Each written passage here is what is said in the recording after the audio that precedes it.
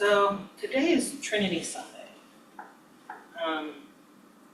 Trinity is one of those interesting things because honestly the Gnostic scriptures talk more about the Trinity than the canonic Gospels do, which I find infinitely fascinating and confusing. Honestly, I also just find the whole idea of the Trinity confusing in itself. I've only recently figured out how it works in my own head, but how it works with the rest of the Gnostic cosmology is still something I'm trying to figure out for myself. And when it comes to topics that I'm still working on myself, it makes it infinitely harder to write a homily for it. Because, well, one, I don't know as much as Steve. And two, if I don't know something, it's hard to explain that to somebody else if I haven't figured it out. And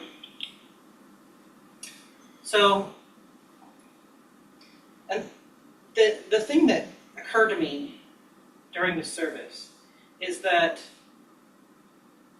the Trinity isn't going to be the same thing for everybody. I'm sure no one noticed, but I forgot to switch the chalice on the altar because I've got mine here and that's Steve's, and I forgot to do that until I pulled the veil off and oh, that's Steve's. Whoops. And then I just went with it because in the middle of the service. But there's something about using his chalice, I could kind of feel his relationship with Christ, and it was in the same vein but different than mine, which made me think of all of our human connections, both with each other and with the divine. And I have this sort of general philosophy that when it comes to heaven and earth, they're mirrored in some ways, even if it's not a perfect mirror, because physical reality is kind of messed up. So I figure, think about your relationships. Your relationship with some of your friends and other of your friends, and if your parents are still alive, or your guardians, or if you have kids, your relationships with all of them is going to be vastly different from each other. And even who you are on some levels changes depending on where you are and who you're interacting with. I mean, you're not going to act the same way here as you would in Safeway. It's just part of modern reality.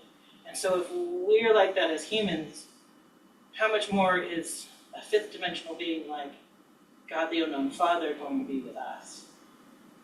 It's a bit like, there's a story about how the king had, it was 3 or 4 blind men touch an elephant, and each one was touching a different part.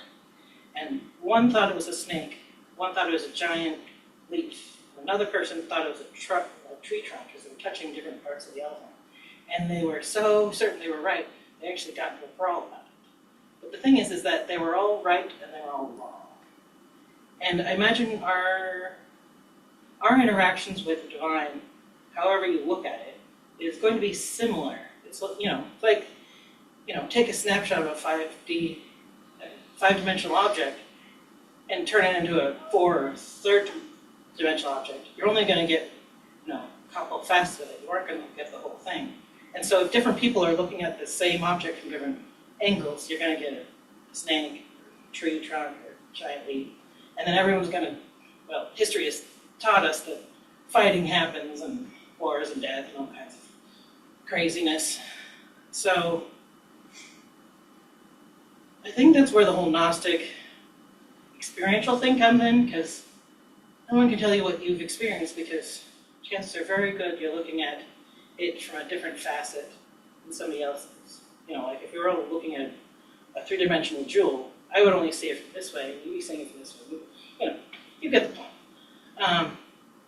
So I could stand here and tell you the things I figured out about the Trinity, but it would only be marginally useful, because my relationship with the Trinity will not necessarily be your relationship. Even if it's similar, there's going to be differences, because we all have lived experiences and points of view, and the thing is that God interacts with us through our minds and uses images and types and things that we are familiar with as a way of interacting with us.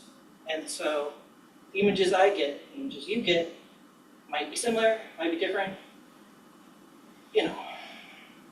There's a reason we call him God the Unknown Father. It's because we can't grasp all of them all at once. We're not physically designed for that all as planning systems. So really all I can do is urge you to keep looking, because if you seek, you will find.